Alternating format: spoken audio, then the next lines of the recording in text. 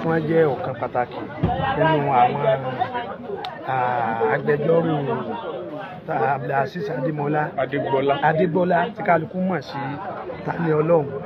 Sà, ẹ dákun bó ni kóòtù ṣe lọ ní òní yìí sà, bó sì ni ó rí lára yín, bó ló rí lára olùbárà yín sà. Ẹ ṣé púpọ̀. Tẹ́ bá ṣàkíyèsí pé ní ìjẹta a wá sílé ẹjọ́,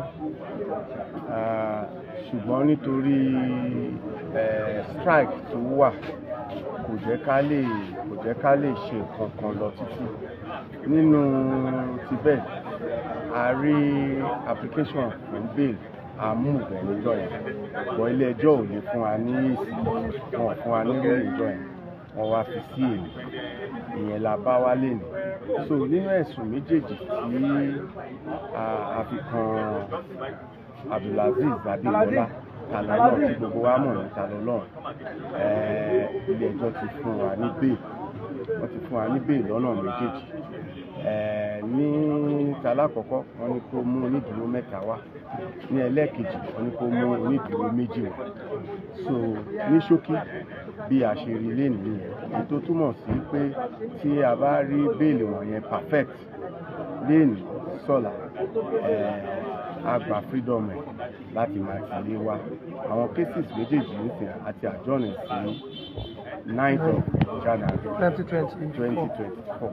Náà sà, ẹ jọ̀ọ́ ìbéèrè tí mo tún wá ní fún yín, àsìkò yìí jẹ́ oníbàárà Abdulaziz Adébọ́lá Tani Olohun.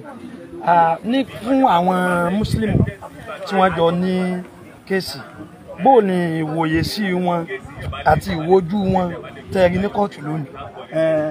Bí tí ẹ ṣe ní kóòtù lẹ́nu nìkan, láti ilẹ̀ wá tí mo ti ń wo ṣàkóso kí ló ń ṣẹlẹ̀ àti bí nǹkan ṣe ń lọ, a rí wípé látàdọ̀ àwọn Muslim community, a rí pé pàápàá jùlọ nígbà tí màmá Tani Olohun ti wá láti Ìbàdàn lákọ̀ọ́kọ́, tẹ bá ṣèrántí, tí wọ́n wá bẹ àwọn community pàápàá jùlọ àwọn Sheikh Labib àtàwọn tó kù, gbogbo wọn kọ́ ti dìbò àti ìgbà yẹn ni mo rí wípé ìpẹ̀tù àti àlàáfíà lórí ọ̀rọ̀ yìí láàrin àwọn méjèèjì tí ó ti ń jọba.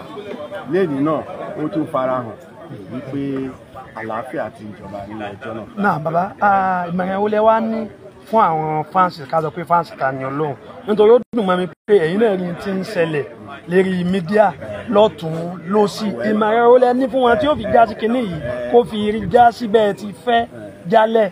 Ìmọ̀ràn ṣé bí ọ̀pọ̀lọpọ̀ ti ń ṣe ara àwọn bàbá dáadáa kan tó yẹ pé àwọn ń pẹ̀tù sáwọ́, bẹ́ẹ̀ la ṣe àwọn ẹlòmíì tó yẹ pé wọ́n sáà ń bàjẹ́ àwọn ọmọ tí ọkùnrin yìí ti ń fìlì níbi tó wà. Ìmọ̀ràn ó lẹ ní fún wọn, ṣé kí wọ́n máa ṣe bọ́pọ̀lọpọ̀ ṣe ń bàjẹ́ lọ ni, ṣé kí wọ́n máa ṣe bẹ́ẹ̀ lọ ni, àbí kó sì tún ṣe sùúrù? Gbogbo wọn kò sọmọdé láàrin wọn, kò sọmọdé láàrin wọn, nítorí náà kọ gbogbo ohun tó ń lọ làwọn náà ń rí báyìí. Òfin tó fi ààyè gba wípé a ní freedom of movement, ó tó fi kọ́másì, ó ní ojú ibi tí ẹ gbọ́dọ̀ lọ nígbà tí kò bá wọ̀. Òfin tó fààyè gba wípé ká freedom of movement, ó fi kọ́másì, èyí tó jẹ́ pé ó ní ojú ibi tí ẹ gbọ́dọ̀ lọ ní àsìkò tí kò bá wọ̀, kí ọwọ́ òfin kó má bàa parí. Ní ní sọ jù bẹ́ẹ̀ lọ. Ẹ ṣeun gan, a dúpẹ́ fún yín. Ká fi òkò kan pé méjì báwọn náà, ọ̀pọ̀lọpọ̀ ìbéèrè tí máa béèrè lọ́wọ́ yín náà ni ẹ ti dáhùn. Ọlọ́run bá wa san yín lẹ́san.